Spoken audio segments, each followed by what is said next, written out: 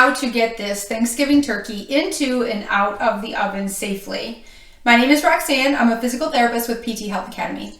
It is not unheard of to either tweak your back, your neck, your shoulders, trying to get this big bird in and out of the oven. So we're going to talk about the fine-tuning points to make sure that that stays safe for you this year.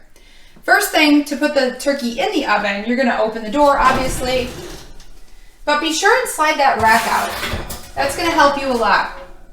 I'm going to come over, I'm going to square up to the turkey when I pick it up. I'm not going to twist or reach for it in that way. Square up, pick it up. I'm going to keep it close. I can right now because it's cold, it's room temp. It's not going to, burn me, or there's nothing in there sloshing around yet. So I'm going to keep it close. Now in my setup, the best angle is to come in diagonally. I'm going to lower and then hinge down to the rack. Now once I get the load on the rack, this just got a lot easier. I'm going to slide it.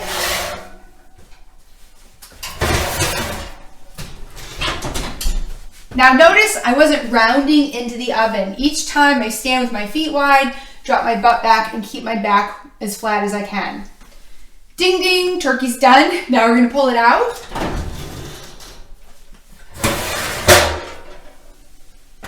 Now when you go to reach for it, I'm going to ask again that you get as close as you can, that you slide it into a good lifting position. Don't try to reach and pick it up while it's still weight in the oven.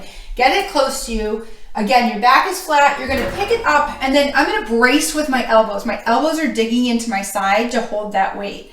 And I'm not going to reach this big weight out to the stove, and I'm certainly not going to twist with it. I'm going to walk myself back over here and set it down very squarely. And that's how we kind of protect your back, your neck, your shoulders while you're lifting this turkey in and out of the oven. I sincerely wish you the happiest Thanksgiving this year. Thanks for listening.